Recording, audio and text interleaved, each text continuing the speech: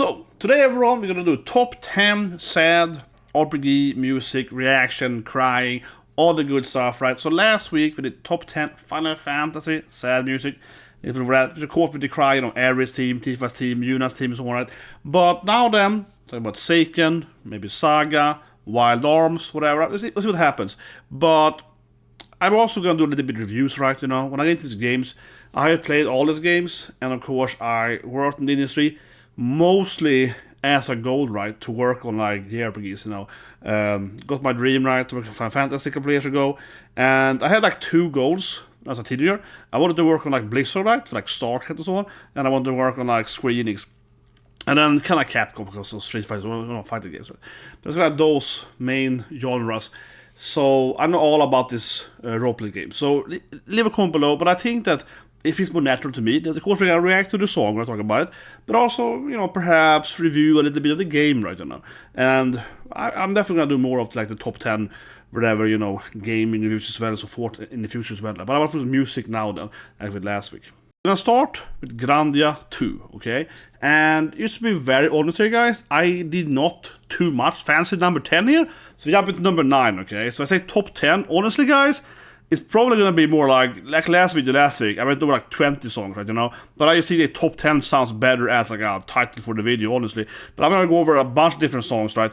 I'm gonna jump over some of these lists if I don't really feel they're that good, whatever. I digress. Now then, Grandia 2, very good game. An issue with this game, though, from an actual selling point, is that it was with the Dreamcast, and the Dreamcast kind of failed, right? It was a Sega bankruptcy thing, and this game later on got re-released on other platforms, but I think that was like a pretty devastating blow for this game, actually, because it was only for Dreamcast when it was released, I believe, for like a few years, and that definitely hurt this game. And similarly, Grandia 1 was only for Sega Saturn in the beginning, and I have never actually played the Sega Saturn version of Grandia 1, but I do have the PlayStation port that was released a few years later, so I don't know why this franchise was very into the Sega consoles in the beginning, and that basically hurt it every time, because they just didn't sell enough compared to your Nintendo and Sony, so... But anyway, the game is focused on this love story between the main character and these two girls behind him, right? Things that they have the same body. So you have these devil things, and then you consume them, you turn into like a demon or whatever, right? But the main character is a very pure, she's like the nicest person on the planet. Instead of becoming corrupted, she becomes like a different person completely, where actually rather it's like her soul becomes one good and one evil soul, where everyone else that gets the demon powers gets like, you just become corrupted, like half demon humans, right? She's got like split personality. Then like both of them are in love with the main character, so it's like a weird triangle drama. And side note, or spoil whatever, the last dungeon is the final dungeon where they do split apart, so you can play with both of them at the same time. Otherwise, in the storyline, you can't decide actually who's the playable character. It depends on where you are in the storyline, who's in the party, and there are different magic and abilities. I actually love it in the game because you actually can't like control the party members. They will change, depending on the storyline. And in the final dungeon, then they're both like two different people, separated from each other, so you can play both them because the last boss kind of separates. It steals your powers and like separates them as well. But anyway, here goes the song. Yeah, so despair and hope. So because one of them is despair, one is hope, right? She's a despair and as well.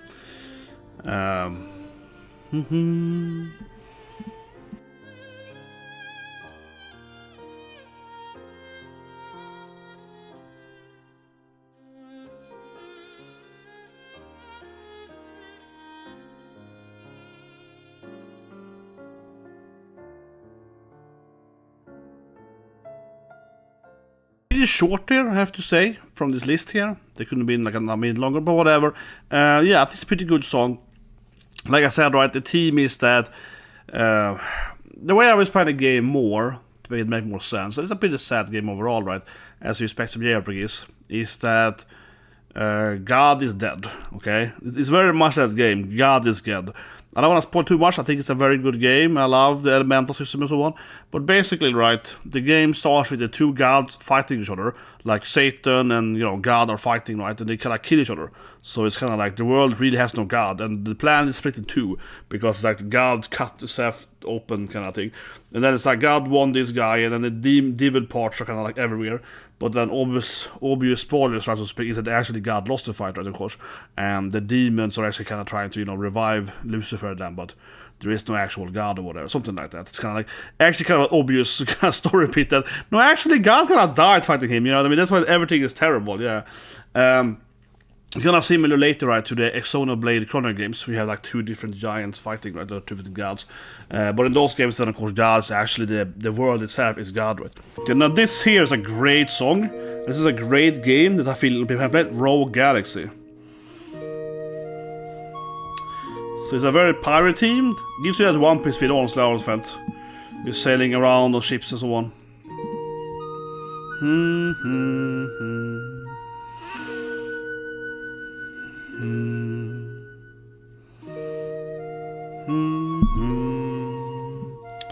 Yeah, so almost like a sad, blue tears. Yeah, like it was a thematically very sad song, of course, from Rouge Galaxy.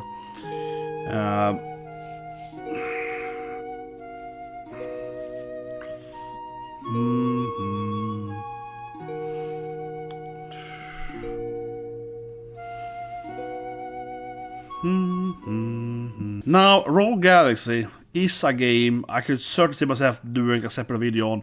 It is a very good game. It came out of kind of nowhere. I mean, obviously you heard about it before, so when I was growing up, it wasn't like we didn't know about it, so to speak, right? But it wasn't like a franchise, it didn't feel established, but whatever.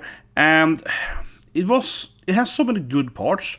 It really was one of the best games for its time in the role-playing game. Even though I don't think it's like a perfect game, because it has some, it's not the best looking game or whatever, but it did a lot of things right. So, ignoring the whole storyline and the cast and whatnot, right, mechanically, this is a very good game, because one thing that I always remember in this game is the crafting. So in this game, you're crafting, you have to like go into this like blacksmith, like engineering studio, whatever you call it, like a garage, and you have to like construct these pipelines and stuff. And it's an actual like kind of complicated, funny mini game to craft a new bow or a new sword or whatever, and it is really like engaging. It's like a good puzzle game.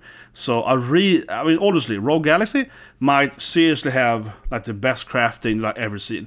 And when I played like, I don't know, 500 RPGs, I played like literally every RPG basically digital, and it's like it has the best crafting basically still to this day.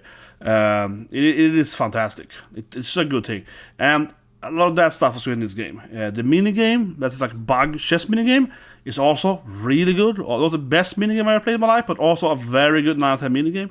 So everything in Rouge Galaxy was very good on the sidelines. And it had a pretty good like license kind of similar board system, FF12, very similar like character development tree kind of thing. We had different like chessboard instead. That also was very great. So everything in this game on the sidelines, of like not the main focus, was really, really excellent. And then they had a good storyline, and it's basically the One Piece with your pirates, a good kind of pirates, right? You're sailing around, but it's space instead, so you have different planets, right? And of course, every planet is like a city and a dungeon, so right? And they're different kind of, it's a jungle planet with some hot Amazon chicks, and it's a water planet, that kind of feel to it, right? And the actual fight system is then, it's real time, and you're controlling the characters by command. So you put one per character, and the other ones is AI. You can control that, give them different options, and then trigger different ultimates and so on. That actually is probably the biggest part. I think I think there are too much reviews here, but it's a pretty good action RPG, but it could be better. That is the weakness. Like I said, the crafting is really good. And the talent like system is great and so on. So it's actually probably the actual core gameplay that is the weakest part of the game, and the story is also pretty good. So it's like if they ever make a remake, I see a lot of people wanting a remake for this game, if they can improve the actual, main fight system, which again is good. It's like an 8 out of 10. It's not bad, but it's like, it definitely could be better. And if that is improved, it will be one of the best games ever. That's the only real thing that I say. Yeah, it was like fine, But everything else, like I said, is like really good. Now here comes one of my all-time favorite songs. This should be probably my number one, but not fantasy game. Of course, Seiken 3. This is like my favorite, Swedish game to SNES. And this is a very good song, then, of course. Very sad, but all the mana games have very sad music. I'm gonna go out there. Here.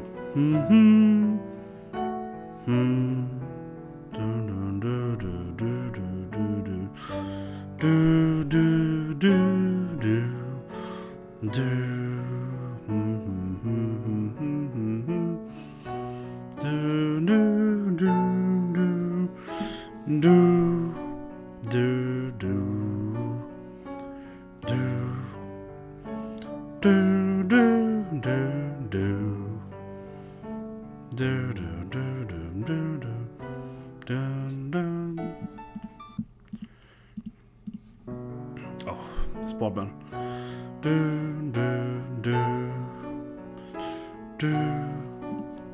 The thing is that the mana games are really good. I love the mana games, right? And also this here immediately, guys. As I mentioned earlier, we're going to the list here, right? But if you don't find it, we definitely go to Fears of Heaven. That is by far, I think, the best and the saddest song from Seiken 2 then, in that case. But that's the ultimate, penultimate, like whatever. That's the best one. And back in college, every month we used to have a music quiz night, where usually I then, or someone else, but usually it was me, we would have a video game, like we play music, right? We have to guess, what game it is, right? And we would also have like anime stuff. So that's why I know I was like, no, but seriously, right? Those like YouTube, like guess the anime song, right? Or what's the first second? Hey, listen to 20 seconds of this anime song and say what anime it is. You know what I mean? We did the stuff in college, way before it was popular, right? Way before YouTube was a thing, right? I'm old enough to live pre-YouTube, pre-social media, right? So that was a very popular thing to do. Of course, you can still find today, right? But it was very, very popular at my college. So we would have those two different categories. And I found that I am, too sad brag here, but I'm very good at those, like listen to an anime opening for 10 seconds and figure it out. But I think it is because, like, we did this like at least once a month for 5-6 years at college, right? So I'm like, yeah, I'm pretty good at that because I already done it so many times. But my point is that for fantasy, of course, was always the number one franchise that would appear in the music quiz thing, and number two then from in this sad music would always be Mana, right? And Fish of Heaven was one of those things that reappear over and over again. And I did the list. I said usually I was usually the host for it for most of the times, and I would definitely play the Fish of Heaven over and over again and order like Saga music. But Mana and Saga is the one what number one, number two, number three. But anyway, I don't feel I need too much to explain this game because it is a very famous game. But I am a huge fan of Seiken, of course, and the general remake. I think it was excellent. Trace of Mana, same people that then did Remastered Sega remake last year.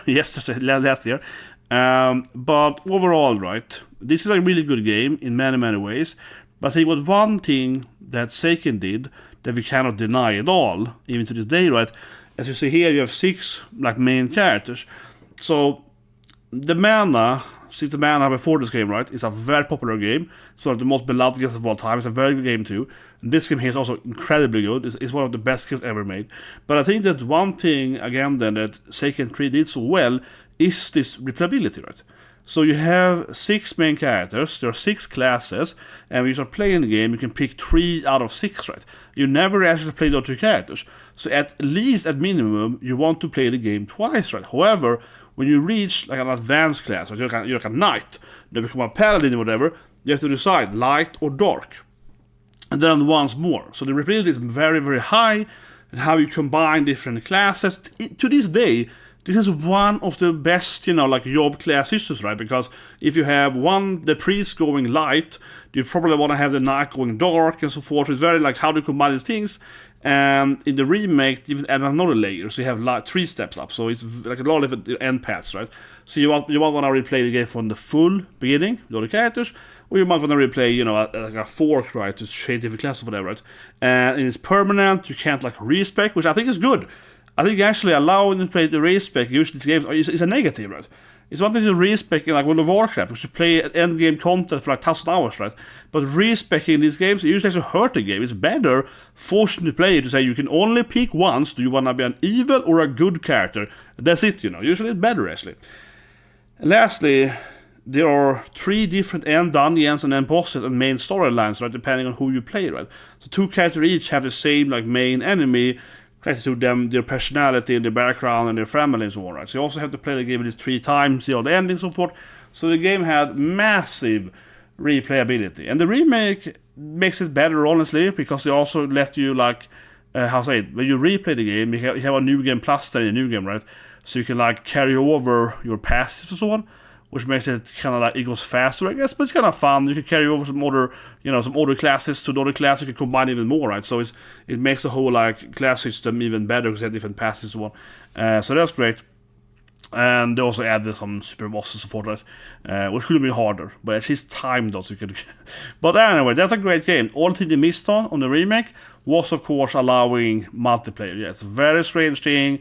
And now they have an older perspective how you play the game, but it almost should be like, you know, co-op multiplayer. This was the greatest game ever to play co-op with your friends. You know, you can play 3 player, super Nintendo, yeah. So that was the only mistake really in the remake. So the next one, FF. We're gonna skip FF games then, because the last lead, I'm just gonna skip all Final Fantasy in this video. So we have Lunar. This is also one of those, how say it, franchise I felt kind of died on the position, yeah. It was a popular thing. There we go then.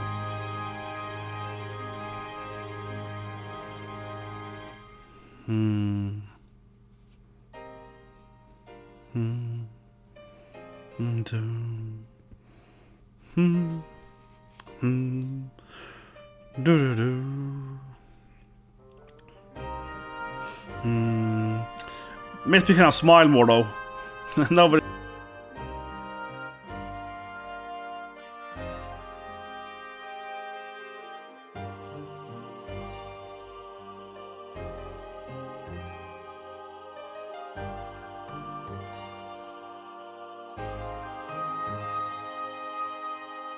So Lunar, just like Lufia then, 2 different games but a similar name.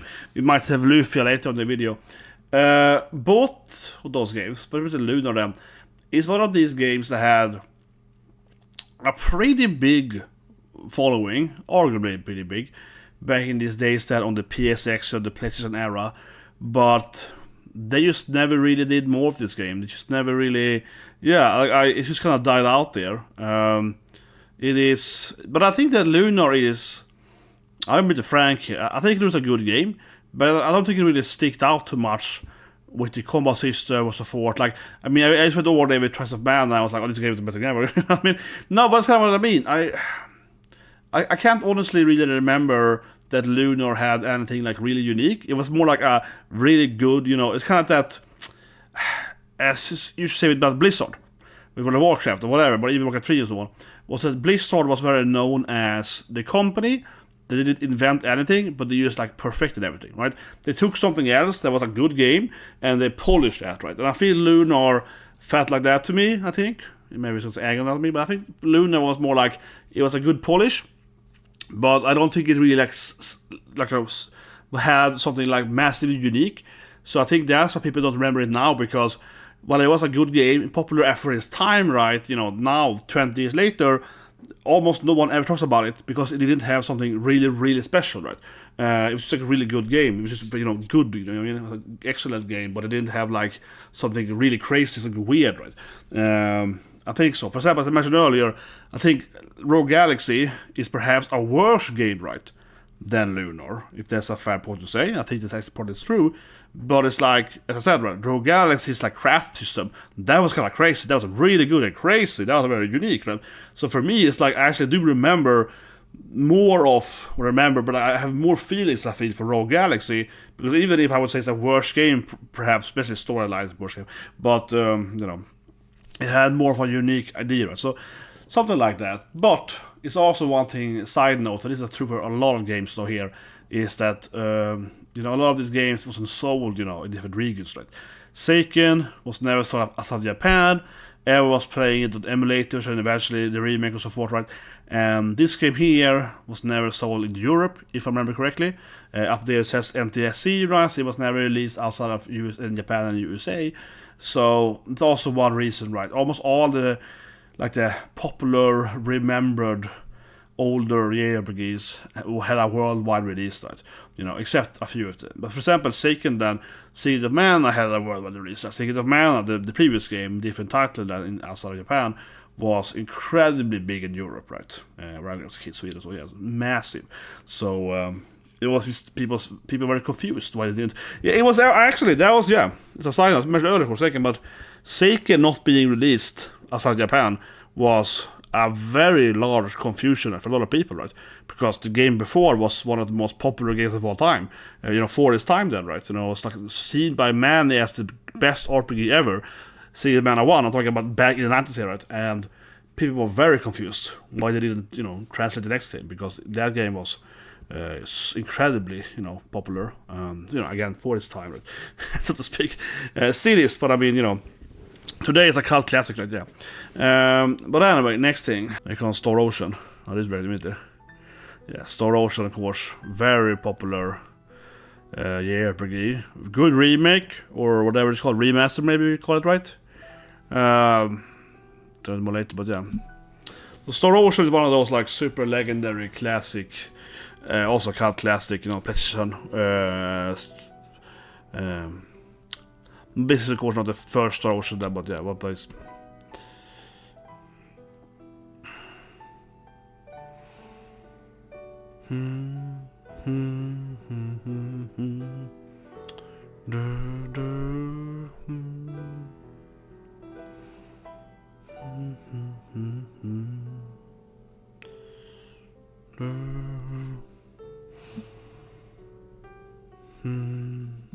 Now, Star Ocean, I think, is very interesting.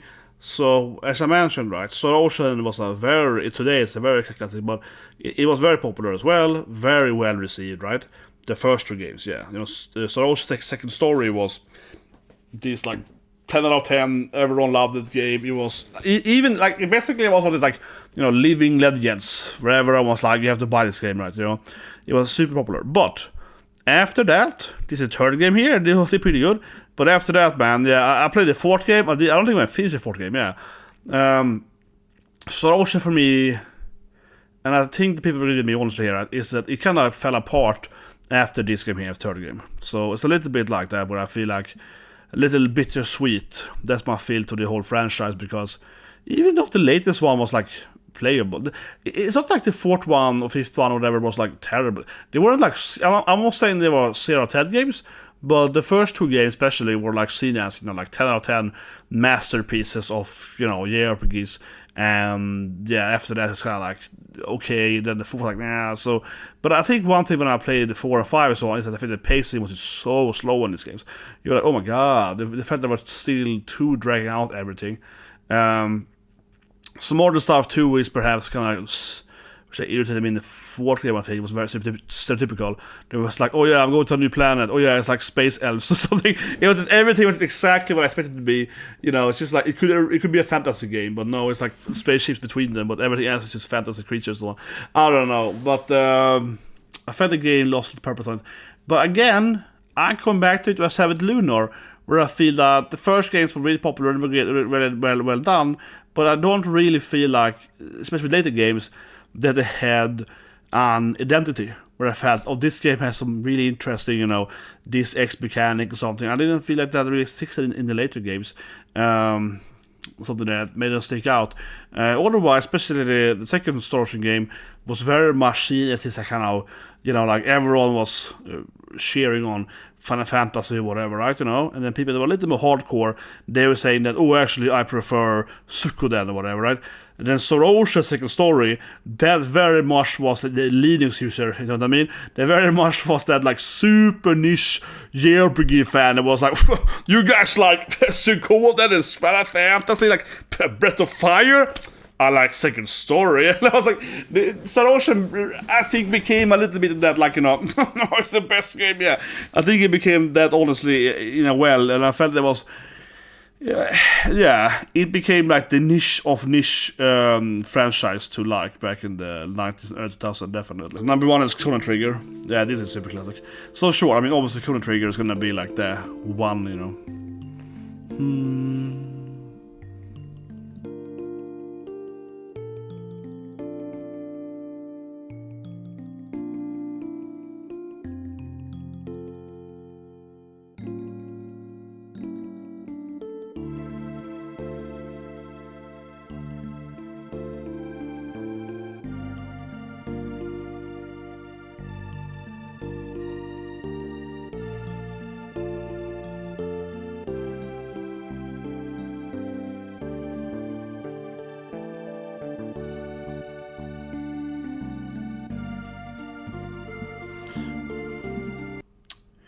But honestly, not the best list. I'm just negative here. Now, let's just go to another Chrono Trigger song while I'm at it. This could also be my favorite though. And that was not super sad, but it's more like a theme song, right? But yeah, Course of Time. But no. Do-do-do.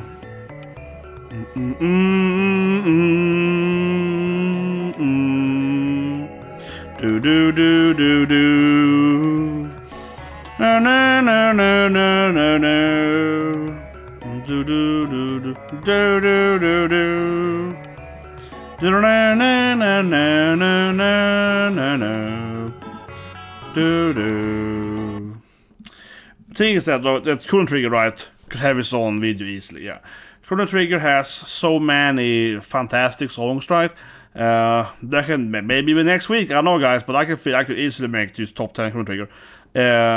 But then I feel I will just make my own list and review them, yeah. But Chrono Trigger has so much. I mean, seriously, Chrono Trigger is one of the greatest musical games of all time. It's like every song, every sound in Chrono Trigger is a masterpiece. Everyone.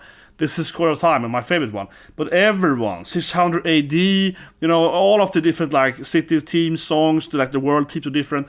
They're all masterpieces. Like this game is, but everyone is like Chrono Trigger is like it's like one of the most popular games of all time. Right? It's like one of the best games ever made in so many ways. Right? So it's hard to even magnify it, I think, for people born this younger in retrospect. Chrono Trigger is like the masterpiece that everyone kind of agreed on for like 30 years was the best RPG of all time, right? So it's kind of hard to be like, well, yeah, it has a lot of good music. No, but seriously, I think Chrono Trigger is immaculate when it comes to the soundtrack. I really do, because it is like literally like every soundtrack of this game is like really good. It's either like it's like 8 or better. Yeah, I mean, not every song is equally like 10 out of 10, but it's like everyone is really good, and most of them are like 10 out of 10. Yeah, it's like almost literally almost everyone 10 out of 10, and a few of them are slightly worse, but still in that like 9 or 8 out of 10. And like worse, it's an 8, right? So soundtrack wise, one of the best games ever, arguably the best game ever, otherwise. So yeah, we could sit here and take 1 hour talking about stuff, right? But overall, of course, Chrono Trigger, I'll do a short review here than that game, because everyone knows this game, right? It is a fantastic game, which of course was a combination, right, of the people working on Enix and people on Squaresoft. Of course, now it's the same company. Back in those days, there were two different companies. They made them together with all like their top tier people. Obviously, then Akira Toriyama, rest in peace, the author of Dragon Ball and so on, right? And of course, a huge inspiration, idol for me growing up, obviously, with Dragon Ball. But also, of course, he was the artist and like lead artist or whatever you call it, all the creative characters in Dragon Quest game, right? And he also, of course, then made Chrono Trigger. So Akira Toriyama has even a special ending. When you play the game, the different endings, because of time traveling, right? And one ending, you actually come home to him and you talk to his son, and his son's name is Sasuke, if you didn't know it. So Akira Toriyama's son is in Chrono Trigger. You can like talk to him, and it's like, I'm sorry, Dad is working too much and so on. So this is like really sad kind of love letter to his son there inside. In older children too, but yeah, but mostly his oldest son then. Which, yes, his name is Sasuke, like Naruto. That being said, his son was born before Naruto started. Sasuke, of course, is a famous ninja in Japan, or Sasuke Saratobi. But anyway, the game itself, like I said, it's quick review this game. You're obviously time traveling in, right? It's Chrono Trigger. And the strength of this game, first and foremost, is the characters, right? They're very likable.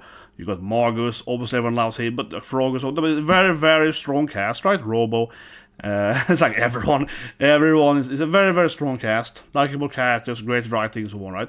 And it has that cool feeling because you basically pick up like one character per time travel, like per time zone, every god.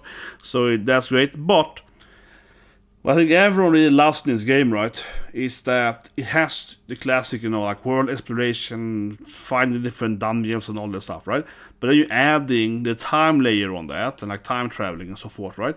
So it's kind of like, oh, if I want to make this like super armor, I have to get this shell, right? And then I'd put it in like this cave, a secret cave in the world, right?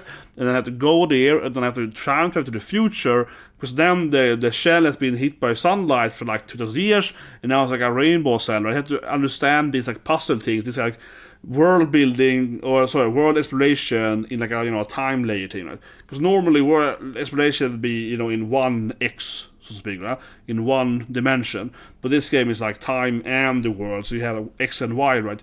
And that made this game was the best, like world design that we ever seen. Right? It blew people's mind, Basically. Another game that's good, for example, is FF13-2, random sample, but they have time traveling and sitting there. I want this flower. I have to plant the flower in the summer, and then in the winter, this winter blossom flower will only live in the winter. So I have to like plant it in another time zone and go get it. So on. Stuff like that is really interesting. And another game, of course, with a similar feature is Majora's Mask, right? We have to time travel and also read the history. Yeah, have to time travel or loop them. But Majora's Mask is different though, because it's more like almost a time loop. It's grounded there, L0. It's looping is 3 days though, but still, it's very interesting with those games. You add an extra layer of like world exploration or world discovery and so on. And again, then Chrono Trigger was the first game doing that. In Chrono Cross, it was a parallel dimension. So you weren't traveling in time; you were traveling in this way instead, right? So there were two different similar worlds with some kind of fork earlier, actually because of this game, of course, that, but this island is, is gone in this world, and what can I do and so forth, right? Not as Chrono Cross is a good game, but just not alone. There's only two worlds, right? In Chrono Cross, it's like the dark and the light world, or whatever you call it. Then I just kind of in Zelda makes it less interesting, right? This game here has a lot more different layers, so to speak. But obviously, Chrono Cross had more stuff to do though per layer. That's true. It was obviously more of a world in per side. But otherwise, Chrono Cross also had a very different take on it because it's more similar to Suikoden, where you have so many characters, right? In Chrono Cross, you have a lot of playable characters, and you're not gonna play all of them. And you pick out, I don't know, like 10% or whatever of your playable characters. You have very few playable characters, so to speak. No, but I mean is that you will obviously recruit a lot of characters you never play with and so forth, right? And you obviously have your favorites and so forth, and they have different like passives and different like stats or whatever. I mean, and then different uniqueness to them. But yeah, I think that was probably a big miss in that game because it didn't have like that likable characters or what. Not that the characters are bad, but they're obviously more shallow. Just like Suikoden, because you have 108 characters, right? So because they have so many characters, they all can't have so much storytelling and screen time and so on, right? So I think that was a mistake for Chrono Trigger, going from like a short, very very like tiny team of very well written, very light cast into like a much bigger cast, right? Where not that much time is spent per character. The strength, of course, is that it's like Suikoden. A large part of the game instead becomes how do I recruit every character, right? And that becomes a big part of the side content in that game, just like Suikoden. So that's good. But yeah, I think that in Suikoden games, there's always been just like a giant cast of characters. So then you can expect it to be like kind of shallow, but a lot of funny characters, right? But then Chrono Trigger is opposite. So I think that was a mistake Chrono Cross, trying to make it into something, and it wasn't. I think that a lot of people didn't like it. But anyway, let's continue. In this list, we're getting Saga Frontier 2 then. Incredible sad game. Yes, I knew it. Airfold, yeah. Do do do do do do. This is my number one. Oh my god. Do do do do do do do do.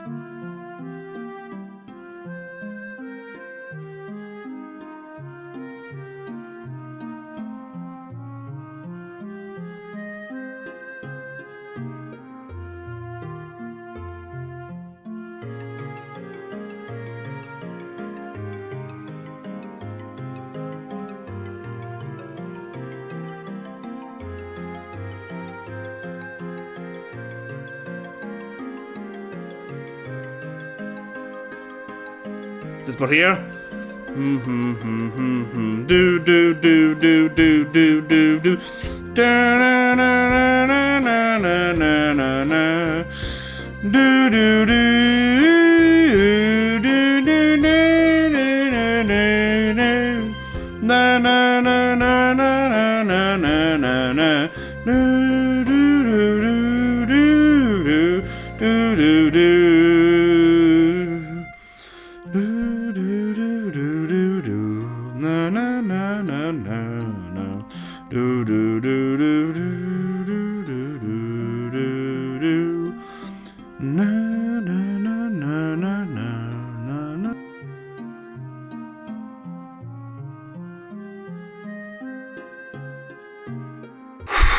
Oh, heavy, man. So this is right? This is like my favorite sad game, PlayStation 1. I think it's the best PlayStation 1 game, right? Of the JRPGs of all time. Saga Frontier Densetsu 2. It is an amazing game, and of course it's Masashi Hamauzu's work then. Not Nobuya Mutsu. He also made FF13 Saga Song, right? He's worked more on the side franchises to Square, right? So like other games as well, but mostly Saga games. This song is just beautiful. It's super great. Well, the way he writes it is very interesting, but he usually has this exact feeling, right? Where he's very whimsical. He's very, very whimsical. Botshaft, except for that. Or look at his FF13's like world team in the Colonies. It's called like Messerhaus, something like that in German. He grew up in Germany. He's a Japanese man, but he grew up in Germany. So most of his songs are named after German stuff. So everything in Saga Frontier 2 is German, right? Erfolg, Feldschaft, and so on, right? Botschaft. So it's a lot of German. Die Wars, and so on, yeah. So you find everything is named after German stuff in this game. And same in his older games. And I have his hobby. Of course, I have these guys. I have his like, collections, and yeah, all of the titles are better in German. But this part here, kind of goes into a higher theme. This is very much his style, right? So can I go slower?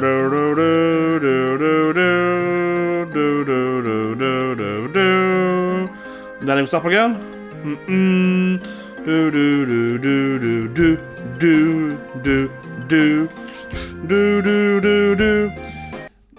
There's another one, Botshaft from Masashi. Do do do do do do do do do. So you can feel he does a lot of these, right? He has like usually he has like his soundtrack is very much like you have one part, right? It's kind of like usually sadder or slower. Then it speeds up, and then it has like another kind of whimsical touch to it. So almost all of his soundtrack was like this, right? So it has like a loop in the beginning, and then later on, you can like go faster, right? You got a little do. You got a little auto feel to it.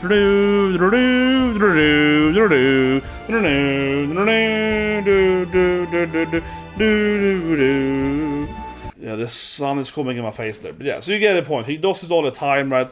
This is very much his technique of soundtracks. But I think this is also one of his just massive strengths, right?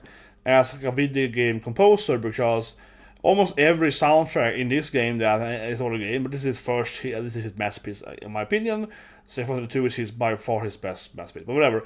It's like, every like town music is, and it's like, what? Yeah, like stuff that goes back again, combines them, he does this all the time. It's very much like it's almost something happening. And the same thing in 13, that like the calm song and so on. Yeah, it has like a slower beat to it. It goes way faster, up and down, right? So you have that touch to it. But anyway, this game itself then, now I spoil here, but you might have seen my, and the sun is really my way, I don't want to go, yeah, I'm getting a freaking, it's coming here. Anyway, I'll listen. Maybe I should get a little closer then. But what I'll say is that you might have seen my 33 video, right? And I'm talking about that in three videos.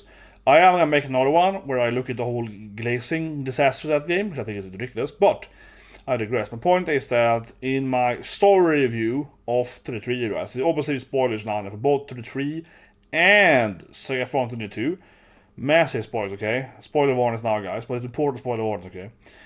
Reason this music is very touchy, the first one then, right, is because the main character dies in this game, okay? The main character in Saga Frontier 2, he gets murdered in the end of Act 1 of the game, okay? You might say, oh, how is that important for 33? Well, it's because they have the exact same name, right? He's also named Gustave, but it's spelled, Gustave, right, with the E. Gustave normally in Swedish would be an F, and it's a Swedish name, so obviously I know what that is. He is named after the real Gustave the king, then, of course. So slight history notion here, right? Gustave Vasa is the first real king of Sweden, and he's the one that got rid of the Danish people, right? And Swedish National Day is actually this Friday. And that's like his coronation and all this stuff, right? Like 100 years ago. So Gustav Vasa, then, he's like the founding father of Sweden, right? And there's another Gustav later then, Gustav II Adolf, which is famously known as Lion of the North. He was the winner of the 30-year war, and he beat, the whole Roman Empire and so forth, right? So he's a very famous Swedish king name, Gustav. And in this game, then, the main character, Gustave or Gustave, then, depending how you pronounce it, and so on, and where you're from, he is, of course, based on the king of Sweden, then, and there's been interviews with the average name for that thing. And obviously it makes sense, right? Because his brother's name is Philip, which is the Spanish king of the time and so on. So, I mean, obviously they have, names of European kings and so forth, right? It all makes sense if you play the game, like, very much so, because this game is much more medieval war game as well. So they have three different gameplays. You have the normal JRPG, party fight, right? You have a dual things, like 1 against 1, and you have this, more strategic thing. We have different units, like Fire Emblems, running on a map, right? So the games have three different now it's finally gone time. The game has three different main combats to speak, right? And so on Gustav's storyline, then the two main characters, William and Gustav, and on Gustav's storyline is very much focused on country wars, right? Conquering land and that stuff, right? So of course they took a name from a typical European king, because the game basically is in magic Europe, right? And all the other kings are named after European kings at the time, right? So it's very very clear. It's very clear who they're referring to with most names in this game. Very very much so, very much. If you know the typical 16th, 17th century European history. Anyway, the reason I also bring it up, right, with the spoiler is, of course, as in the previous video, is that 33 has, as I was saying, has stolen this game's storyline. Now, what the funny thing is that, you see the image here, right? You also see his mother. His mother name is Sophie. She's the first character to die in this game, right? It's this very sad song. You heard the song earlier, and that song is first played when his mom dies, right? That is why it's a sad, typical sad theme, because it's a song you hear when your mother dies from sickness.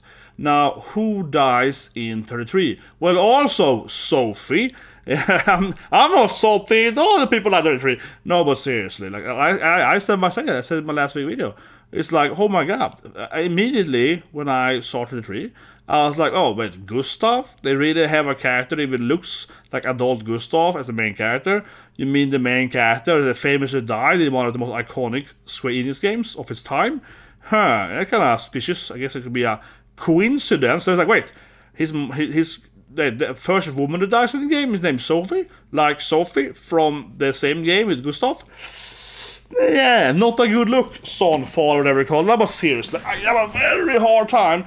It's, as I say, right, fool me once, fool me twice. Yeah, it's kind of like, nah, I think I see a pattern here, right? And honestly, silent video here. But we are talking about music, right? To Samarkand is also Miel's team, right? In that game, they have literally just taken To Samarkand, like one of the most iconic Final Fantasy music, by far the most iconic FF10 music soundtrack, and they put it as Miel's main theme in 33.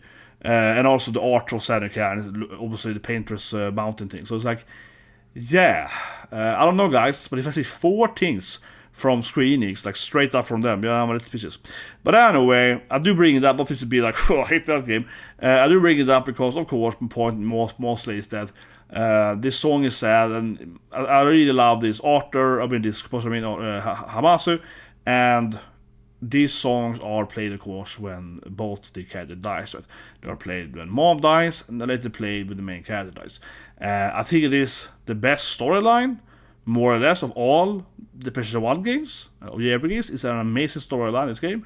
And this soundtrack for him, to me, always feels very emotional, right? Because you're getting these, like, very classic, iconic death scenes, right? When you have an actual game that had the guts to kill off the main character, that's always going to be a super memorable game, of course. And obviously, then the soundtrack for those scenes are, of course, very important. And I think he's a very good, like, sad soundtrack guy. Masashi also did the soundtrack for To Your Eternity, the anime, which is just like a very, very sad anime where everyone dies all the time. The main character is immortal, and all his best friends keeps dying, and it's super sad. And it's one of the most, like, super sad animes for the same author that wrote, of course, Silent Voice. But yeah. So he's very good at writing sad music, so I do recognize he's sad. I'm like, here we go, he's a sad music guy. But yeah, this game is very sad, and I do, like I said, really remember it in second. That's probably the first time, I think, where I played a game where the main character dies, and it was not what I expected either. Like 33, I knew immediately, August was alive. Yeah, this game is like, okay, it came out of nowhere, and the big strength of this game is that you play 3 generations of people, right? So if he dies, you become his best friend instead. He's the main character instead, and then he also dies or gets old or whatever. So you start playing his son instead, and you play his son. So you kind of go over these characters, and on the other storyline you play the other character's son, then William's son Richard, and then obviously more spoilers now that he also dies. He also got murdered, and then you play his daughter instead.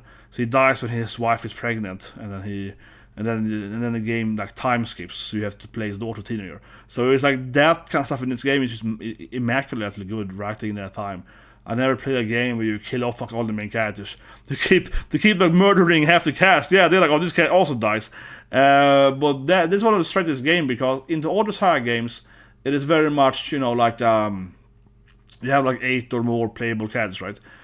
You decide who's your main character. You kind of like pick who you want to play first. Like Remake 1, you have like 7 or 8 main characters, and you can pick them up with the other guys, but you can't pick the orders one. Unlimited Sega is the same way as one. But this game instead you only have 2 main characters, unusual then for a Saga game. But instead then they killed off the main characters. You kind of you got new main characters in storyline, and that still is not unique, but this is still one today. One of the few games where you really have like, oh, you just kill off like half the cast. Yeah, like it's all constantly. Yeah, you're like, oh my god, but this game is like it's worse than a zombie movie. Yeah, it's crazy, man. So very emotional game. Sedan, but they have talk about earlier course, Chrono Cross. The music is also very good, like Chrono Trigger. The opening is of course the best one. Still is, right? The opening is fantastic. Yeah, so in this game instead, then you play as the kind of 2 main characters, and arguably Lynx as well. Then. So you play Sergei and Kid, of course. Then, and I guess the main story is that, like I mentioned earlier, you have 2 different worlds, and the main character is like dead in the other world. He's some kind of anomaly because he actually supposed to be dead, right? But it's on 2 different worlds. He has like he's only one in both of them, and then you kind of find this girl that has a very important part. And the cat behind him, Lynx, that he's the main bad guy. He's the antagonist, but he's also like a playable guy for a while as well. But it's no.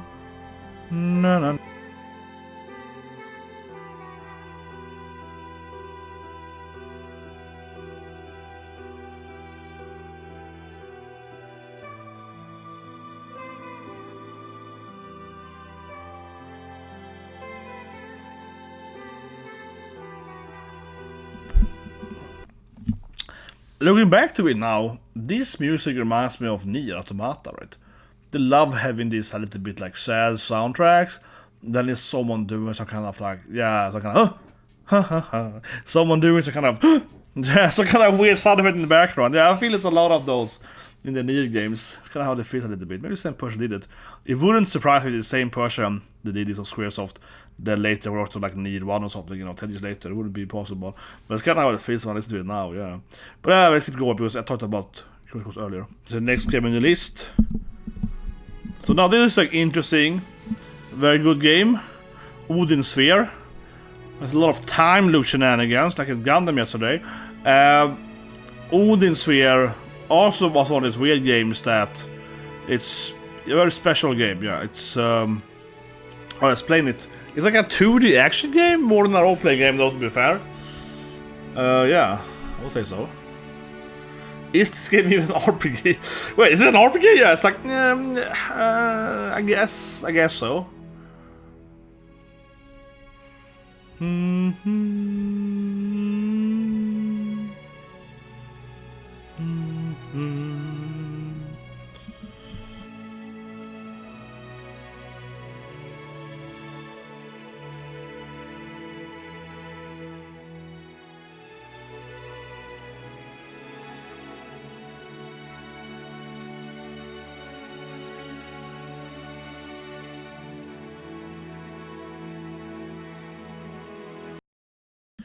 Okay, so how do I even review this game then? So first of all, right, Odin Sphere is from Vanillaware, which of course made Unique and Overlord last year, which I even bought the Monarch edition of, right? We get the plat, you get the game, but you also get this board game and so on.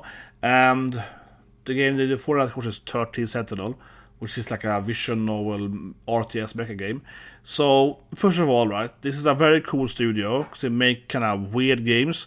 And no game is not even the same genre, I really like Vanillaware, that's why I bought, the editions of these games, right? Because they always do something crazy. They don't, they have like, you obviously have like a thread, how they make the storylines, and some mechanics are usually like RPG elements, like leveling and whatever, right?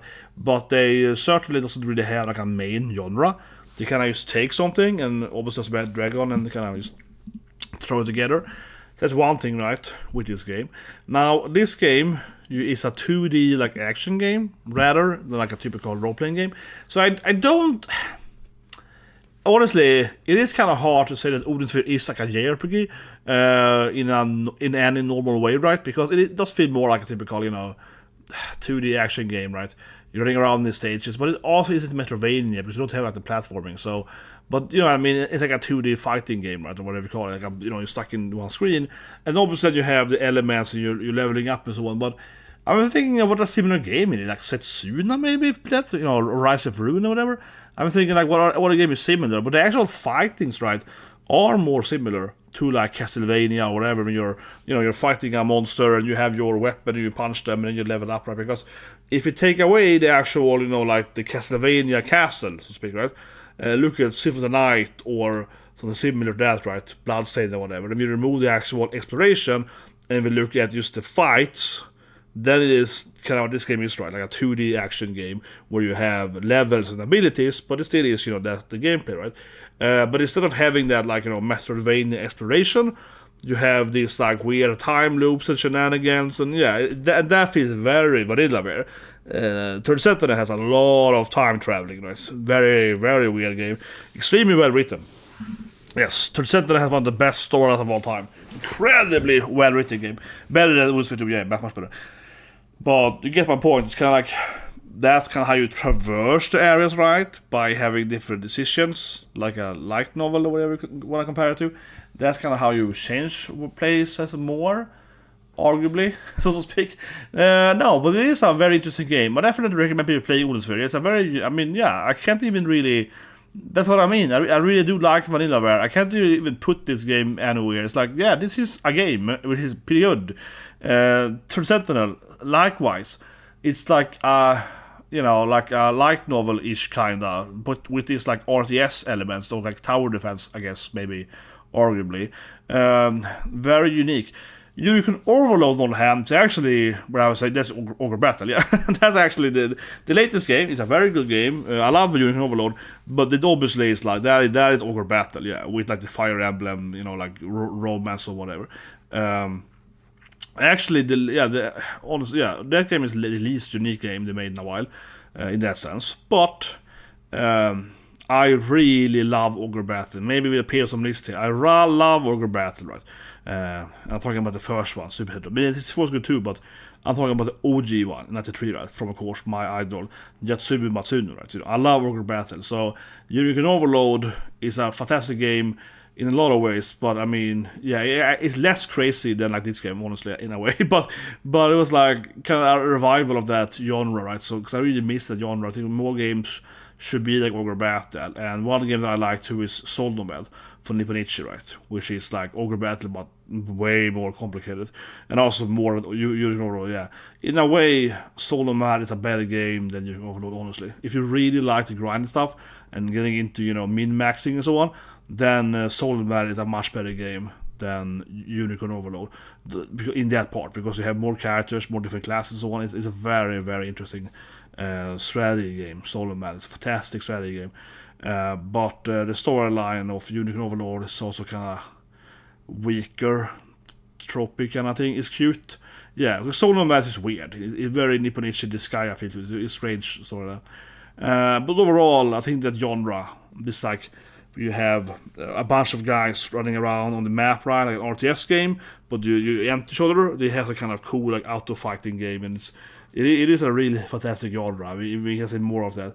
So I'm also surprised that Unicorn Overload was a massive hit last year. Everyone kind of like, oh my god, this genre we need more games like that, right? Absolutely. This game though is again very different, but very different. This game's a 2D fighting RPG game, so different. But again, that's why I like Vanillaware, because they kind of make every game they make different from the next game, The game in between, again, is a tower defense, It's like, well, I don't know, it's just good. Here's another Saga game. So we had, of course, Saga Frontier 2 earlier, my favorite one. This is the remake then of the first game, 2, right? Minstrel Song. Yeah. Also a very good game. But as you can see in this game then, right? This game has 8 playable characters, right? So it's very different than from T2, which I mentioned earlier. This game is more typical Saga, where you have a bunch of main characters in a different storyline and so forth, and it's very like, where do you want to go, right?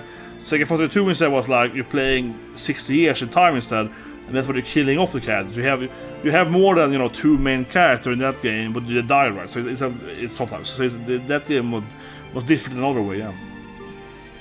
But it's also, of course, a good game, though. Don't get me wrong in that sense.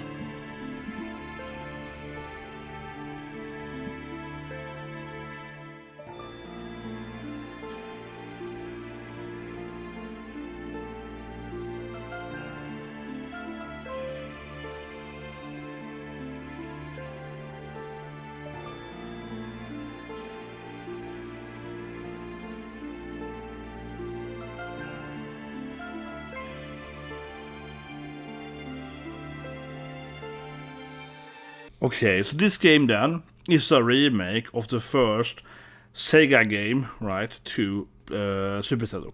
And second game was remade last year, right, which is like my favorite game last year. It's a fantastic game. I keep saying it, I did the last year about it last year, but if you haven't played it yet, right, Romancing Sega 2 versus 7, it's just, that was a 10 out of 10 game. That game was so good.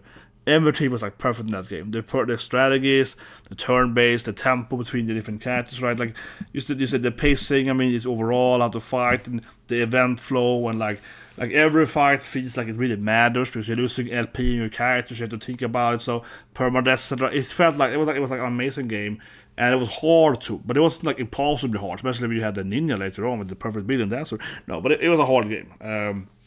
It was very hard, but not like absurdly hard. So forth. Very good remake. It just took everything from the old game Nintendo and made it better. With also, of course, a new super boss, a new dungeon, and so forth. Right? So it was, and some new classes, so a little bit extra side stuff. Excellent game, massively so. Now, with that being said, I still have PTSD from this game, okay? This game is super hard, and there's this one thing where you have to defeat this Jubilator at like event 13. It will otherwise destroy a continent in the game, and that thing is one of the worst gameplay of all time. If you go back and look at one of my blogs, like 20 years ago, I actually wrote about this in one of my reviews back in the days, okay? I've been doing it for a very long time, guys. So I actually wrote a game review about this for a website many years ago. And yeah, it's a good game, but it also is ridiculous. So you have to like run to this like desert place like 4 times back and forth, because you have to like pick up like an undead thing there, like a grail thing. You have to go into the boss fight and then defeat these like skeleton dragons, and then you get like one more month in the game until the boss spawns. You can do it like 4 times, so the boss spawns 4 months later, so you have more time to level up. If you level up in the game, the time passes, right? So if you start grinding to defeat the boss will spawn earlier, and you can't defeat it. So you have to do these things so you can have time to level up, which is just crazy. But at the same time, that's why I love and remember this game, right? Because yeah, it is crazy. It is like, this is bonkers. What were they thinking, right?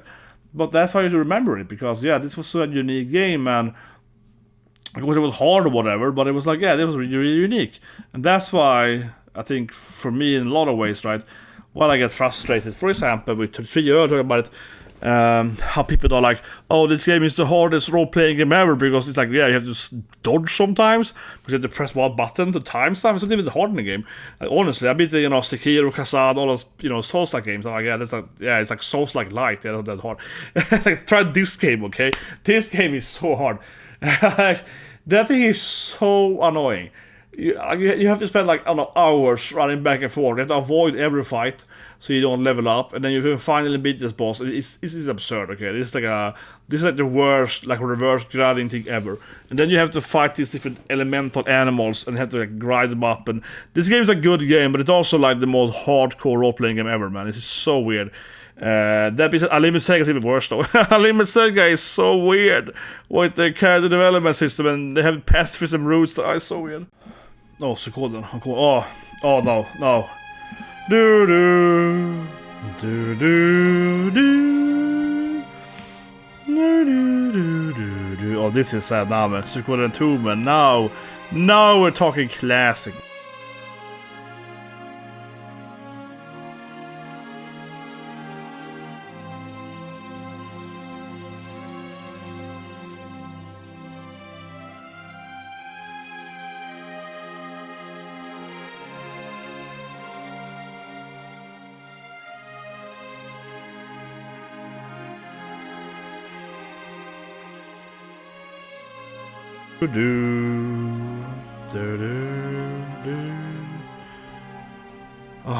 Goosebumps immediately. This is, of course, talked about earlier, one of the greatest games of all time, right? Great soundtracks. I really love the village themes in this game as well, and the sad soundtracks are very, very sad. This, of course, is played when one of the spoilers and the character dies, of course. As all is an RPG. It's like, well, I remember this thing. They play when the character dies, right there. It's kind of like the theme here, right? So most of these songs are played when someone dies, it's always here. But yeah, it's a very slow song that is.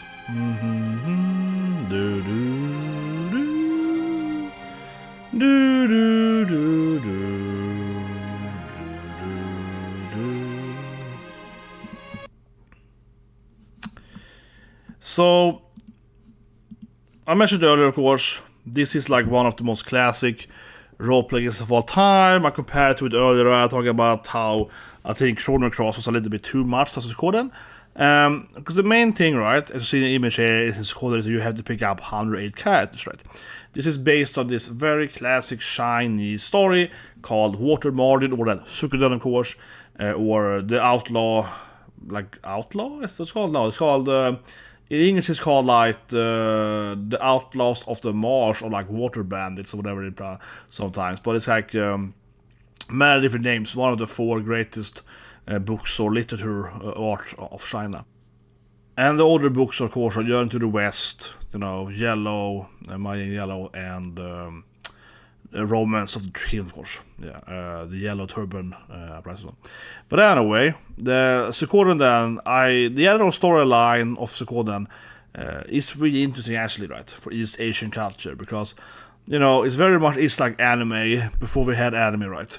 It's like every person has one ability each. One guy is the best sword master, one guy is the best guy with the bow, one guy is a blacksmith, and they all have to, team up together to fight these evil guys, the evil emperor, right? It's very much that thing, and you have to recruit everyone, because this guy is a good tactician, right?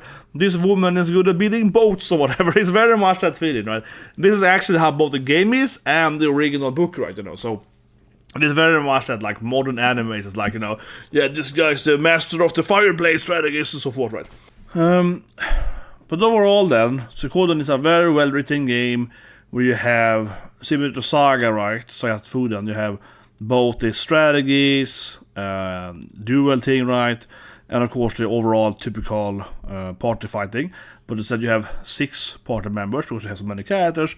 And not every character can fight though. What I actually like this Suikoden, that sure, 108 character fight would be cooler, but I actually kind of like that you recruit a character. This guy's like, I'm a chef. I make food for everyone. I like that. Some characters are just like, I'm the blacksmith and I just, I'll give you crafting now, right? So it's been a very good franchise, which of course Konami has completely abandoned.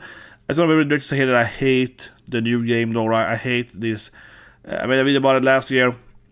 It's below, right? But last year they released this like Spirited sequel, right, from the same people that made this game, right? And that game just sucks ass. The game is so bad, like seriously. It was the worst game I played last year. I call it the most disappointing game in a decade, and I said by saying that it was so bad, and I don't want this video here is to make you guys happy, right? This game I didn't can play it early about 33, but this video here is supposed to be like happy guy, but I have to say it, right? We're talking about retro games mostly here, and that game was just so bad. It was so interesting how bad it was. It just lacked so much of what you can expect, right? What you can expect in these kind of games. I know it sounds kind of whatever now. I'm keeping it very like, how say it? But let me go into details then. So I don't want to go into this too much here. Again, I made a long video about it last year, right? But basically, the first thing with the game is that the game balance is just terrible, okay? Now, Suikoden wasn't really known for having a good game balance, and some characters, like in this game here, should be better, But it's much harder recruiting Pesmeriga or whatever, right? So he should be stronger, that's perfectly fine. But in the sequel then, in the Spirited sequel, right? 100 Heroes, it's just like almost every character is useless. It's like 99% of the characters are unplayable. Like, it's crazy how few characters are even remotely good enough in the game. So you play the game on hard and play with no items, you basically only play like a few percentage of the game, like seriously. So you only have like at most like 20 playable characters. It's more like 10. And of course you don't have everyone in the beginning, so it's like less than 10 you can play. It's really bad. And I'm very clear here, I'm not overselling it whatsoever. If anything, I'm underselling how bad it is. But just very quickly then, right, everything in the game is just bad in the math. So it's like, how do I say it, magic doesn't work, like at all. Like straight up. That doesn't make any sense. So if you punch someone in this game, right, in 100 Heroes, you do like 50 damage, right? And if you do like an earth attack or a fireball or whatever, you do like 55 or something, or almost the same, or even lower sometimes, depending on which character you play. But even like the magical characters will do less damage than like, the fighter characters. It would find fireball, but the fireball also costs all your mana, literally, in hard. Everything goes double. So you burn all your mana for one spell, and then just like lower damage on normal attack. It's so badly designed. So of course you can't play magic in the game. Eventually, mid game or maybe even late game, you get some AoEs, so it's a little bit worth it. But you could basically only throw one AoE then, and you have no mana left, right? So like the second to last character you get, something around here, that character can actually use magic more. But after that point, basically magic is pointless, like straight up, like completely. And that of course means that most magic characters are pointless, right? And there's also not been strategy in the game because I guess it doesn't work. And most like buffing with element stuff doesn't work either because it does one more damage. It's really weird. Healing is only based on your max health. So if you have a character with a lot of max pulse, right, you're healing them with like a ninja or a cleric or a priest, that doesn't matter. So the faster the character is, the better the heal is on, right? It's really weird. And then lastly, just like in this case, you have combo attacks, right? So if you do like 3, I've said, but the main character and sister have a combo attack together, so you do more damage, but it costs both turns, but it's worth it, alright. In the sequel, it doesn't make any sense. Like straight, it's like a bug or something, like straight up. So instead of having like, if you use 3 characters for a combo, right? They don't do like 3 out of 10 damage because it costs 3 turns. They do like 100% damage. So you lose like 2/3 of your damage straight up, and also if you hit AoE. So you're like, what? Like seriously, all the combos in the sequel doesn't work. They literally do no damage. There just seems to be a bug or something, like an actual number. Like someone forgot to add like a 0 on the damage. Like everything should basically be literally at least 10 times stronger. It just really makes no sense. So I never used them once except the first time. It's ridiculous. But let's go on. So unfortunately, that's this list. It's Final Fantasy, and then it's Chrono Cross, right? This happens a lot of this list. Like, it's just how it is, right? It is hard, honestly, to ever discuss JRPGs, maybe I'll bring up Final Fantasy, or other, like, famous Square Enix franchise. No Dragon Quest, though, I've seen so far, even though it is beautiful. We look at, for example, the DQ8 World Team, when you're flying. That's what playing the Last of the Cry was so beautiful. But I'm gonna jump to the request of last video, of course, was Mother Earthbound. And after that, I'm gonna go to Secret of Mana, guys. So let's keep going a little bit more for all sad. Okay, so Mother 3. The Mother Kingdoms, of course. Nintendo's JRPG with Ness and Lucas, alright, and very strange storylines.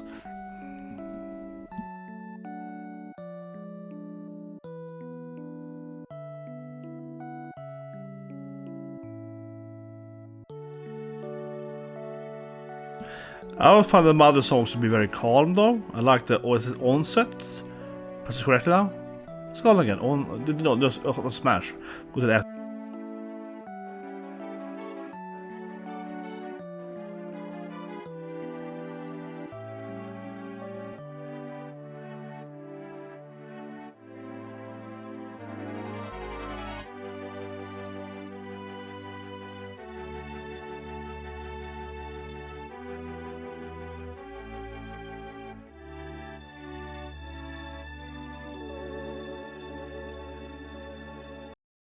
Onet is what it's called. I skulle bra, yeah, Onet.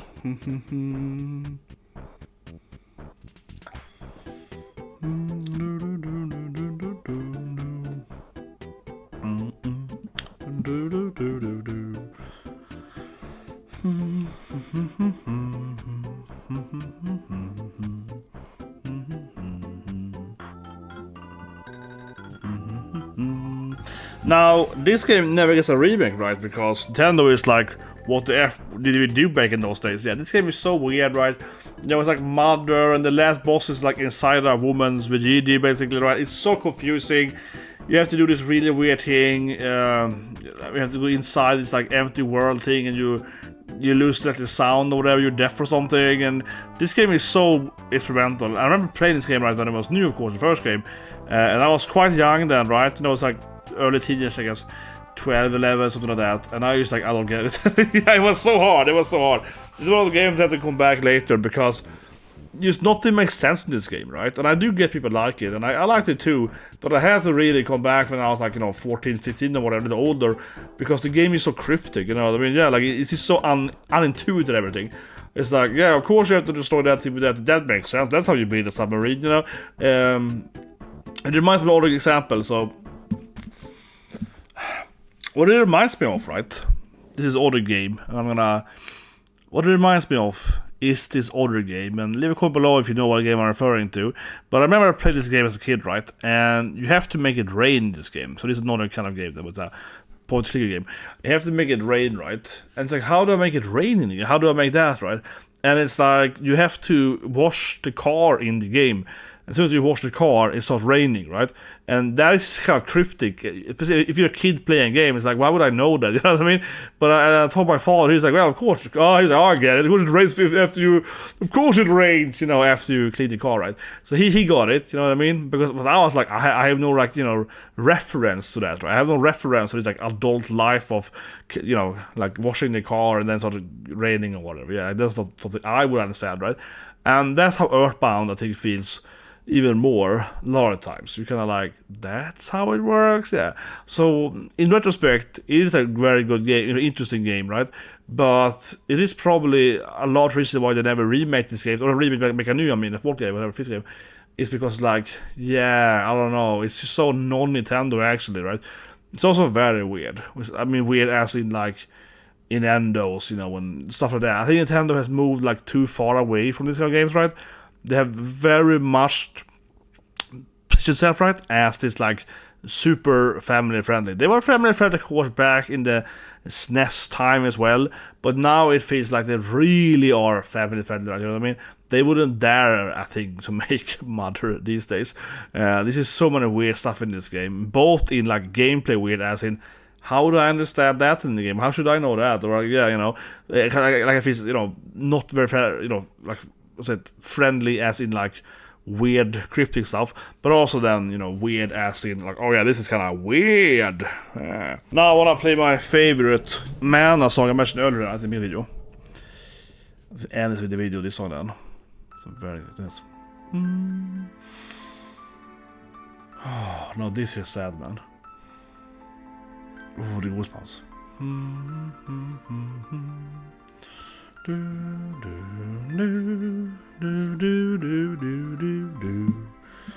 It's loud, I think.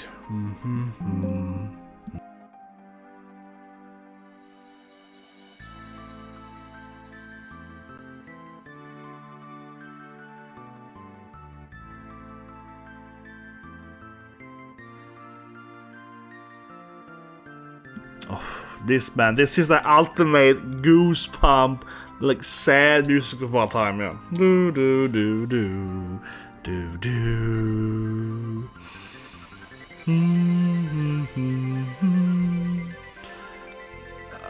I think it easily is, easily the best mana soundtrack, of course, of and arguably the best one that Square Enix ever did on all the soundtracks they did.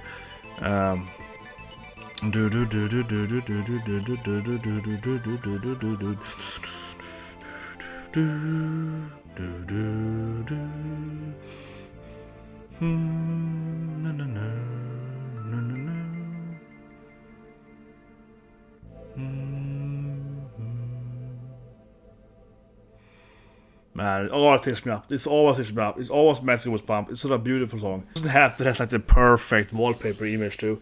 Yeah, I should get this as a painting. I should get this once a painting, man. So of course, Seiken Man of the best games of all time, and this always makes me emotional. But this painting too is beautiful. Like this like classic thing here. You have the mana tree, right? I love the title too, like Fish of the Heaven. And you finally get the mana tree, it's all like protecting mana tree in the games, and you have this like perfect image here of them. Like the only humans in this like kind of vast ocean of the three things, and this really powerful red bird flies by and everything. It's like this perfect image too of the mana games. They're very colorful, right? You know what I mean? Like for example, I would love if Final Fantasy 17, might see it in its next set of play or whatever, right? I would love to say screw it, screw the stupid 16 of everything is gloom and bloom, right? I want to play this game, yeah. Give me a AAA cost of this game, yeah. Give me like a freaking whimsical, colorful fantasy game again, which of course sadness, right? FF9 is very whimsical, right? It's very funny, jokingly. Then it has Vivi and has very sad scenes. So I think that would be a much better. I think honestly, I don't like 16, right? I hate it honestly, but I do hate it though. But the things that I like in it. But I think the storyline is the best part. Don't get me wrong, but it doesn't feel like a fantasy game, right? As people always keep saying. But I think it's a true statement. Not only is there no mini games or whatnot, right? But I think it's this thing too. 7 Part 2, that feels Final Fantasy because it's sad, Eric dies, spoilers, right? But character dies, it's sad, it's Genova, Sephiroth, and it's all this like planet thing, and it's a lot of sad stuff, right? In FF7 Part 2.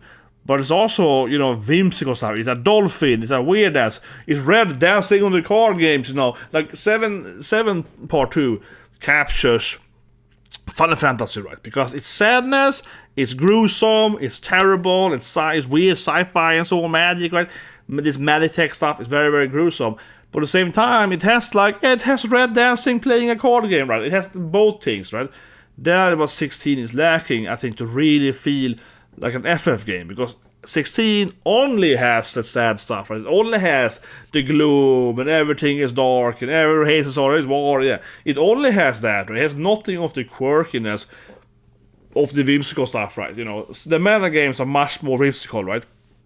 They're much more colorful. They're much more fun. So I mean, I would love if 17 went the complete other way around and said, screw it, we're gonna make it the most colorful FF game ever. We're gonna go like Mana style, we're gonna make super colorful, powerful, more funny characters, a bunch of cute main characters, right? The party members you love. You're gonna have a Moogle in your party, you know, we're gonna have this team, Chocobo Moogle, we're gonna have much more of that, right? I would really love if 17 just went that direction. They went the older direction from 16 and said, okay, it was too dark, gonna be way lighter. But of course, to be Final Fantasy, right, in 17, it should be that this, in my opinion, right? But also, of course, character dying, sad storylines, sad backstories, right? But they shouldn't be constant. There should be, you know, a little bit of... And honestly, I think that a sad scene, right, when someone dies, is more powerful, in my opinion. Where it is more of a colorful, beautiful game, right? And sometimes someone still dies. That to me is more like, bam, impactful. Rather than 16, where everything is dark all the time. I was like, well, he died? Yeah, what a surprise, because everyone dies in this game. You know what I mean? Like, I don't care if this cat dies 16, because I expect the bot to die, right? So I think that actually makes the storyline worse, in my opinion.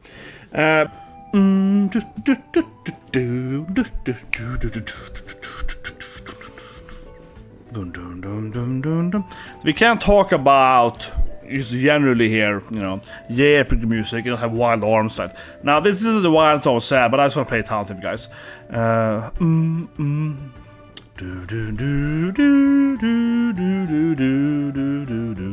It still gets sad because the song is good though. No, no, no, no, no. Do do do do do do do do do do do do do.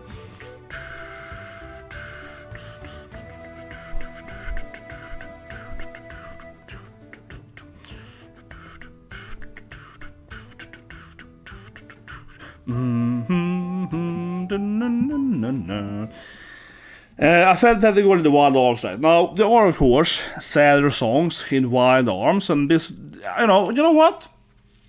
I think it's maybe I focus too much here on sad music. Next video, guys, it's gonna be Town Teams. Okay, yeah, that's what it's gonna be. Next video game music review video will be Town Teams, like top 10 Town Teams. So it's like Wild Arms 1, 2, 3, 4. It's just gonna be Wild Arms. Breath of Fire is definitely gonna be in it. I can show you one Breath of Fire, this one. But yeah, you know, this is just like, yeah, Town Teams of Wild Arms, fantastic. But overall, Wild Arms is very iconic for having incredibly good music that I believe this is a classic thing said about Wild Arms 1, but the actual, you know, music CD, right, like the actual, you know, separate thing you could buy, would actually sold more copies than the original game. So the game sold like, I don't know, 500,000 copies, and the actual CD sold more. That's what the rumor was, at least when I was a kid. But basically, this is incredibly iconic. A lot of the soundtracks here. And I think that almost everyone's into JRPGs, you know, love the Wild Arms teams, right? Like I said earlier, it is mostly town teams in Wild Arms, but like Rudy's team is sad. You can go to that now then, but it's actually just like Wild Arms is just super iconic, right? And the reason why I want to make this video is because I was like, okay, FFs are great or whatever, but let's look at some of the other games, you know, yeah, like let's do some other games, like the Saga games, Suikoden and so on, right? Also called Wild Arms. We have to get to Wild Arms. This is arguably like the best soundtrack of any JRPG, like straight up, right? Fantastic soundtrack. And the actual gameplay then, it is somewhat like kind of JRPG basic, I would say. I do love the games, but they don't really... I think the storyline is very good in Wild Arms. The music is very good. The graphic was good for its time, actually. You have to remember how old one is. It actually is like it's like the first JRPG, PlayStation 1, you know. Super old. But the third game had cel shading, which was fine, right? And it had this cool anime opening. Of course, the opening is the best thing ever. I have already reviewed the opening, separate video, right? Links below for that, because that's like the best opening of all time. The Wild Arms first opening, that is like my ultimate goosebump. Rudy's climbing the cliff, right? It's visually masterpiece. It's this incredible song. It's like the best opening to PlayStation 1 at least, arguably of all time. It's fantastic opening. But I actually do like in the third game they changed the opening, so they have like 5 different openings depending on where you are in the game storyline. There's like 5 different enemy openings, so they have really good openings in these games. But anyway, there's also like Rouge's team, which I think is the saddest problem here. This is the main character, and Rouge is the guy with the blue hair first.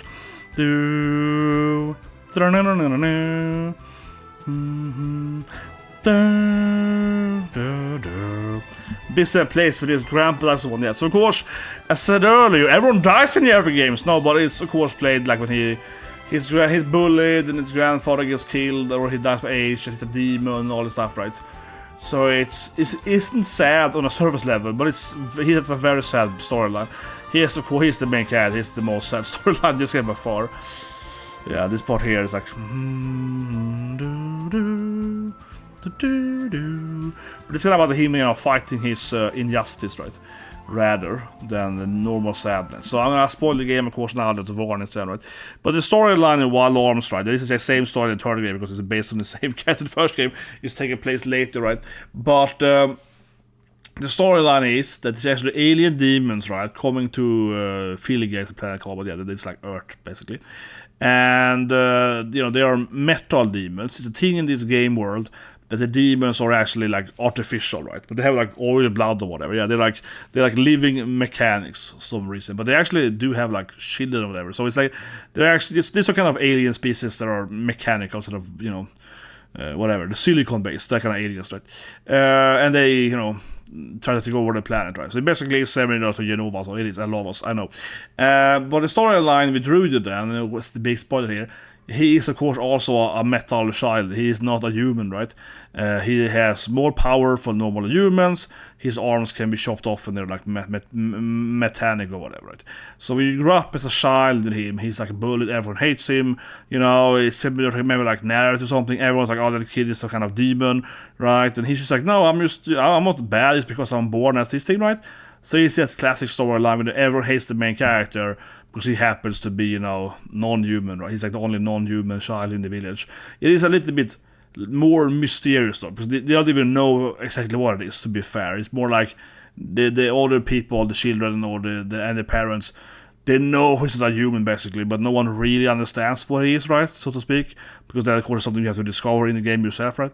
But my point is basically everyone hates him. He's his old grandpa, and he's like ostracized and he has to like fight injustice, but he's like the nicest kid ever, right? He's trying to like overcome that everyone hates him and so on. So his team is more about he's like he has a lot of self resilience and so on, right? So it's more about resilience and more about him overcoming his like I said, that no one trusts him, right?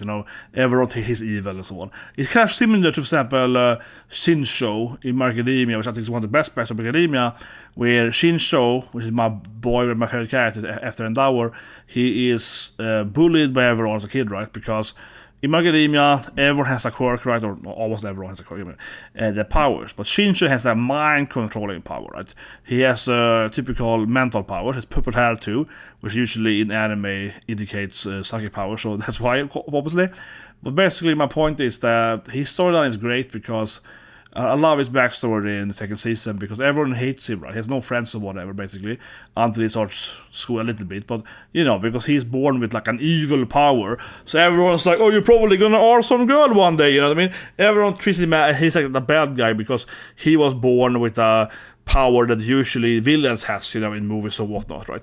So he's like ostracized by everyone because he's power he was born with, he can have that, right? He's seen as evil, even if he's a very nice person, right? So I think Genso has like one of the best characters by alarms. In My Academia, obviously. But of course, Rudy, it's a similar thing, right? It's like everyone hates him, everyone bullies him, no one trusts him, and all this stuff, right? And it's kind of like, oh yeah, because they don't really like him because he's like born with some kind of demon powers, right? Like I said, similar to Naruto and so forth, right? And everyone's just like, well, he's probably evil because he's like, he got some metal blood or something. He's like pure evil probably, and he has to kind of prove everyone wrong, right? Now, of course, the other main characters know in the beginning of the game, so they obviously befriend him, and then later they kind of like, obviously take his side against people hating him and so on, obviously. But I can start with that game, and then in the third game, for example, you play. The game is taking place in the same. It's also on the same planet. Yeah, demons are back in the third game and so forth. So they're on the whatever. So they're all kind of in similar style there. But there is some overarching storylines between the games, which I kind of think is interesting. That as a side note, to bring it up here, I think it's interesting that Final Fantasy is like the biggest franchise. And it's basically the only franchise that doesn't do like overarching things most of the time. I feel almost all the other games, not all of them, but most of them, like Suikoden as well, Breath of Fire and so on, they can take place in the same world, or at least like similarly, maybe a third universe, but they take place in the same world, right? With like, well, this thing happened 150 years ago, whatever. Obviously, like Lufia 1 and 2 are like same thing, almost straight up, because you do play the characters in both games. It's just like, yeah, I find it Golden Sun, of course, interesting in these Final Fantasy. It's the only one that would really refuse to have the same world ever. Yeah, it's never. But I guess they do make like 10-2 and so on. Yeah, that's true. That's true. Final Fantasy, they're cheating. That's true. They made a lot of those. They started making, like 13-2, 13-3 and so on. That's true. They cannot make it like that instead. That's true. Yeah. But the older franchise usually key, I feel like in Wild Arms, where the golem behind them is also an enemy in the third game. He's your best friend in the first game though, so he's like an enemy in the third game. He's corrupted in the third game, in the beginning at least. He's in the cave where Stackfield is. Whatever. Let's go into the last thing I want to cover in this video. This one. Yes. Heavenly Team. I will talk over it, I'm sorry, because this is usually copyrighted. He's a hardcore copyright guy. This guy that makes this video.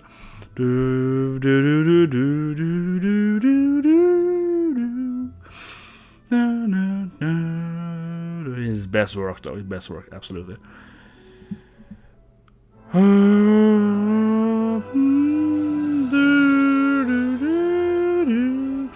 No. Do.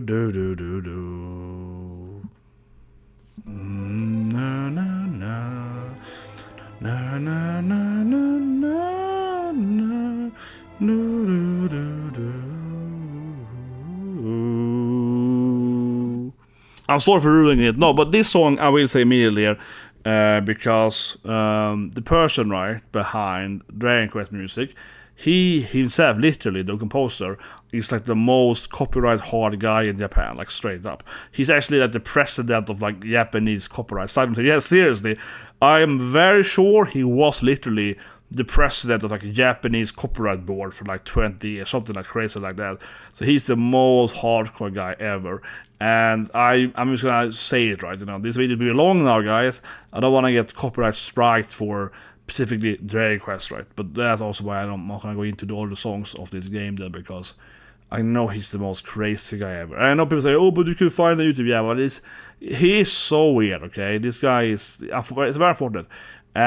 He's like legit like the worst of all of them. And if you actually read, because I used to work right for Square Enix back in the days, if you actually read like the fine print and go into all the details of the copyright and this and that, the actual company and stuff, he has a lot of special privilege. Like this specific composer, I'm not gonna say his name here then, because whatever, triggering some algorithm, but he himself has a lot of specific rulings in the company. Like the other composers, like Nobuya Mutsu, the other guy, they don't have these things. Only him to have all this special privilege, because I don't know, I guess he worked there the longest, and also, but I think it's more about politics, right? He worked there for a very long time, of course, and then he also got involved in all this, like, basically he's the president, the board, chairman, whatever, of the copyright law enforcement and all this stuff, right? So Square Enix basically give him a lot of extra leeway, right? Specifically for his music and none other, which also to me, of course, is a reason that I love him, right? Because his music, as we hear here, is one of the best things ever in the video game history. I think he's one of the best of all time. But at the same time, I don't like when someone has special privilege, right?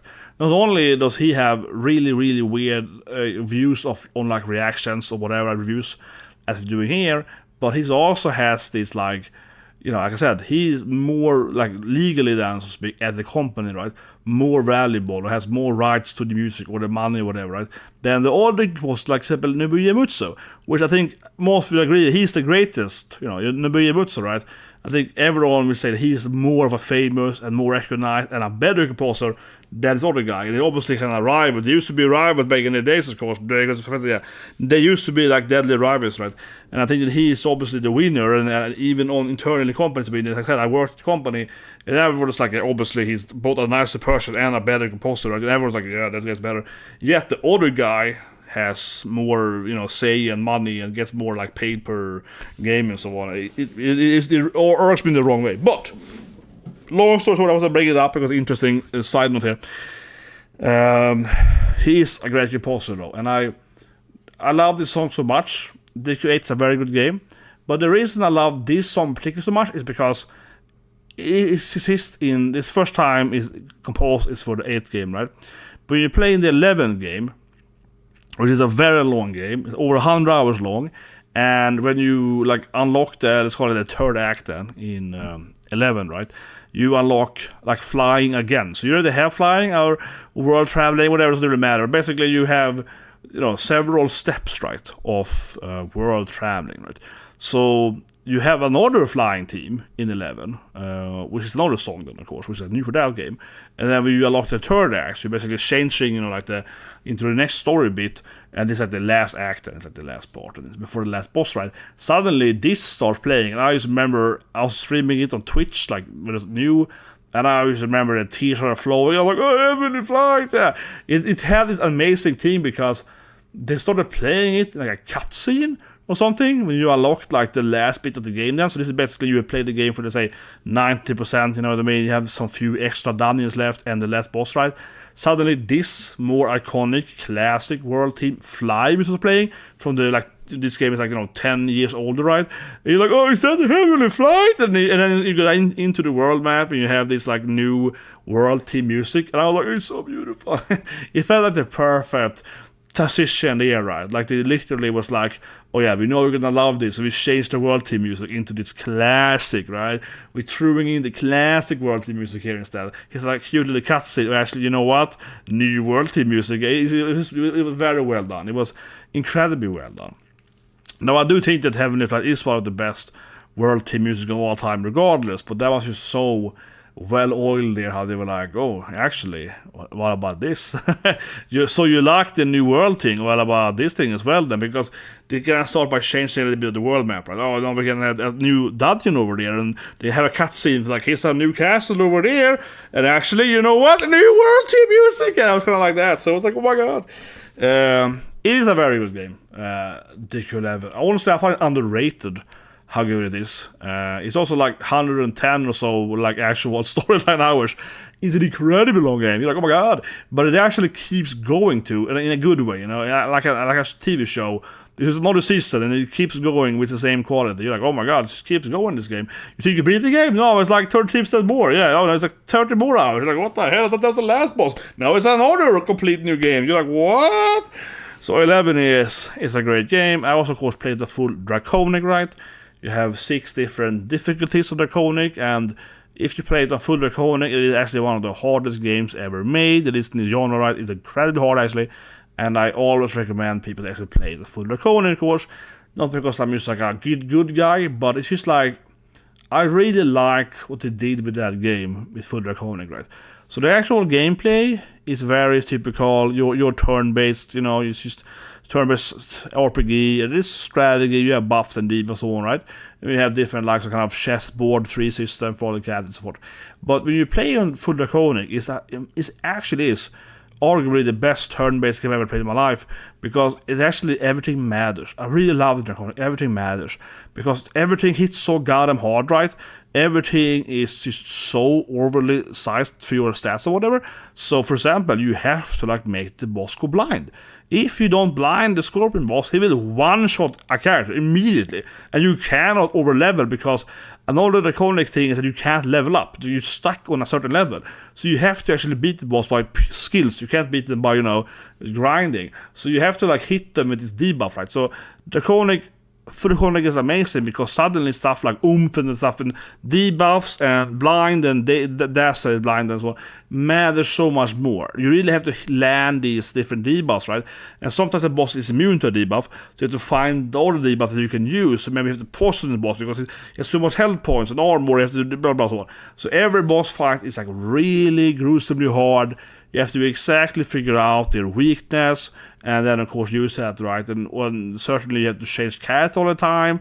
You can't rely on having the same party member, because maybe you need that party member that has bleed, or maybe that party member that has more physical strength. You really do need to constantly change party members and like your talents to kind of try to adjust to like the bosses, and that's really good feeling. And like I said earlier, you can't level up. You level up, but you have a stuck level. So like this boss is maximum level 17. Until you beat that boss, you can't overcome level 17. You're stuck in that level, right? And then your next boss is like 19, so it's gated all the time. And that might sound boring because, I can't level up. No, it's perfect. It honestly is amazing.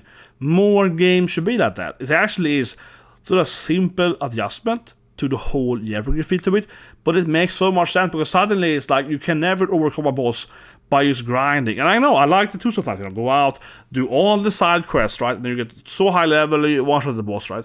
But in this game, it's like you have to still do all, don't get me wrong, you have to do all the side quests too, because, if you do all the side quests, whereas you won't even reach level 17, right?